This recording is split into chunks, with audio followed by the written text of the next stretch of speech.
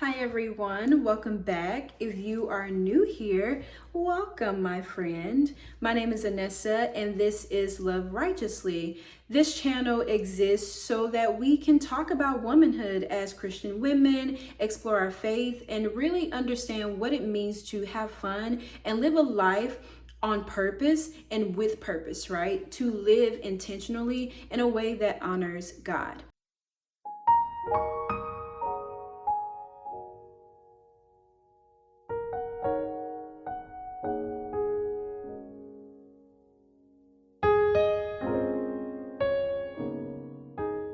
So I'm very excited because I've been wanting to do this video for a while, and in this video we are going to be talking about womanhood. Now that is a whole series in itself, but today we're really going to just set the foundation for womanhood. So without further ado, let's get started.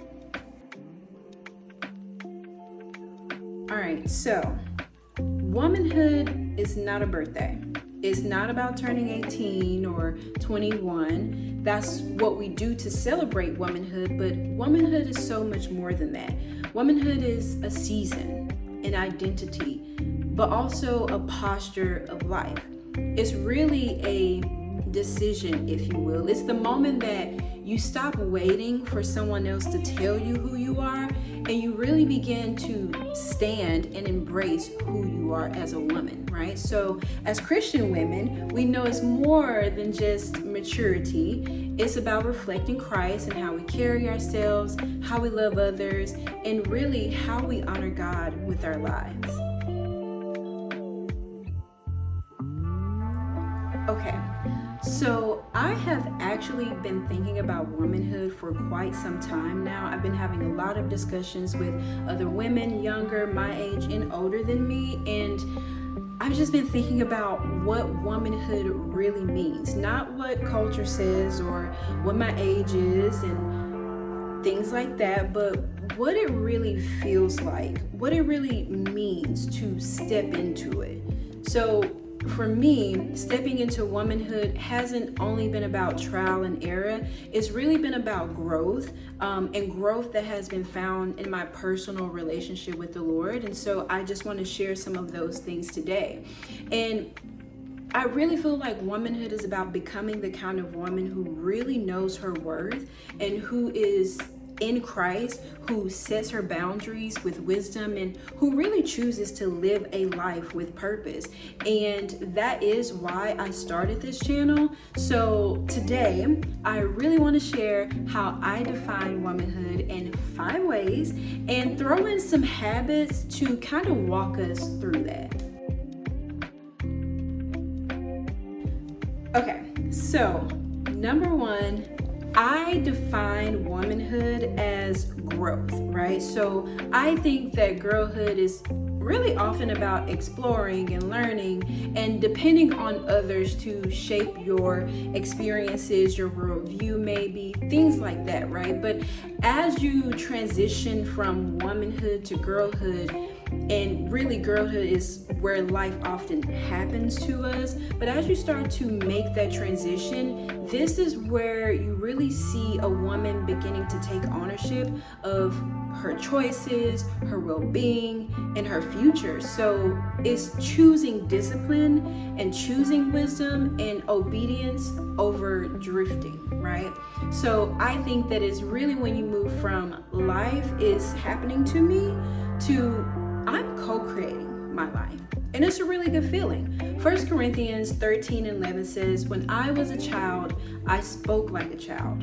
But when I became a man, I put away childish things." So this verse tells us that there are stages in our life that we go through from child to teenager to adulthood.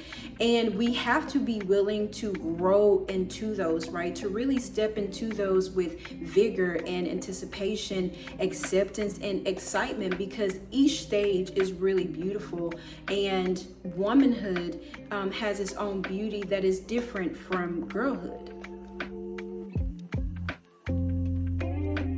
Okay, so the second way that I define womanhood is around identity. It's really knowing your inherent worth and setting boundaries that are based on that worth, setting your standards that are based on that worth, and not really apologizing for who you are because you understand who Christ has made you to be and you walk in that, right? So womanhood really is when you begin to walk in alignment with your values. So while looks and status in relationships, they all have their place in this world, and I'll probably do a separate video about that, they really shouldn't define who we are. We really shouldn't get wrapped up into that, especially knowing that all of that changes and fades over time, but the word of the Lord stands forever.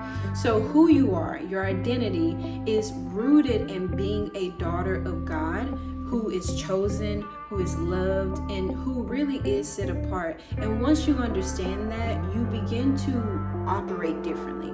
Or when you know that and you truly believe that, you will operate differently. So it's only when we begin to embrace our uniqueness and our beauty and our strengths without apology that we can fully cultivate that wisdom and that grace and that presence that stepping into womanhood really is. For this third point, I like to define womanhood as responsibility. Womanhood comes with responsibility. And as girls, we don't really have that much responsibility. It's always on someone else. But when you are a woman, you should really embrace it because it helps you so much in growing in your maturity. And it's really about stewardship. So that's a huge part of womanhood. Like, being a woman that can take care of what God has entrusted you with, like whether that's your body, your finances, your calling, your spirit, and even your relationships, your apartment or home that you stay in, all of that that the Lord has entrusted you with, you have the responsibility to be a good steward over it, meaning that you take care of it, you pour into it, you water it like a garden, right? And you recognize and accept that your choices actually do ripple into your future, and also it does impact the lives of others.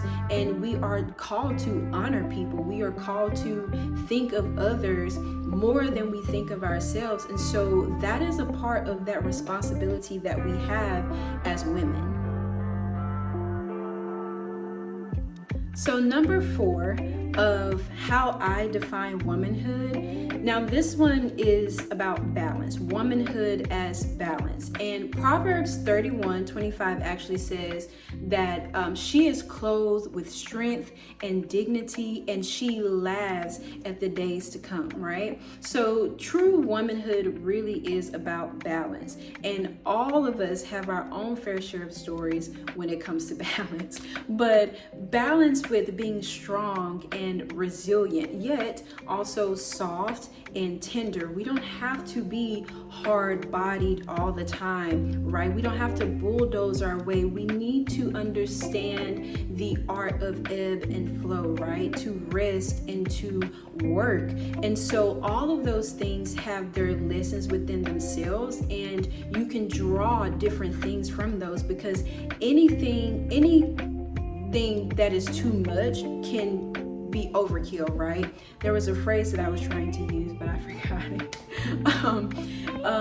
Too much of any one thing is bad for you. I think that that's what I was trying to say, but being able to lead and then knowing when to rest, and also when to actually speak, and when you honestly just need to listen. We don't have to be responsive to everything, because sometimes you just have to be in receivership, because you can also learn things there, right? So understanding that balance is really helpful, and understanding where you are currently in that balance will help you as a woman, because we can't do it all. Or actually, I take that back. We can do it all, now. Just all of it can't get done at one time. There are different seasons, different phases, different circumstances where these things can be done. So, Jesus was both a lion and a lamb. And as a woman of God, we are called to carry that same balance. So when we think about balance, I like to think of the illustration that my old boss gave me, and it's called the velvet hammer. And velvet hammer really means to be able to speak hard things with grace, right? So that was something that she coined for me when she was describing my communication style and my work style with other people. So I had learned through the Holy Spirit, of course, how to present balance in a way that is receptive to people, and it's not forceful, but it's also firm at the same time. So we have to take the good and also the bad. We have to be able to take the ups and the downs. We have to understand that there are two tracks in life. One track is going this way, right? And it can be all good things and sunshine and rainbows and gumdrops. But then there's another track that lays in the opposite direction. And those are the bad times, the challenges, the difficulties, the turmoil. And we honestly need both of them, because that is how we grow and learn and we balance, right? We have this heart of gratefulness when we have that balance of the ups and the downs. Finally, this is the fifth point, and I define womanhood as legacy. When you are younger, when you're a girl, you really don't have to worry too much about legacy because that's a responsibility of the adults. But as women, we really need to think about legacy, right? So true womanhood really isn't just about us, right? It's about the impact that we have, not just on ourselves, but to other people. Yes, we owe ourselves, but we are also called to impact the lives of others. The Great Commission, or even just being an effective witness in your day-to-day life, whether that is in your workplace, that is in your community group, because a part of womanhood is about being in community with other women and other bodies of believers, so that you can, again, going back to that balance, so that you can have that balance. And so that will lead you into building a legacy, because you get to see how your relationship with other people and how your actions affect the lives of others. And you always want to ask yourself, how do I serve and uplift and reflect Christ in every space that I walk into? Whether it's my workplace or I am going into the gas station, whatever it is. And you really don't have to be so anal about it. It's something that you can be natural, it can organically happen, but you want to be thinking about these things. You want to reflect on these things so that you can show up in the world in a way that inspires others and blesses God and blesses other people. So thinking beyond today, how do you want your life to touch other people? What impact do you really want to leave behind? John 15:8 says, "This is to my Father's glory, that you will bear much fruit." In short, womanhood is the practice of living with self-awareness, responsibility, and also grace while honoring your identity and your growth. Okay? So to me, womanhood is not about perfection. I really think that it's about progressive growth. It is progressive growth, right?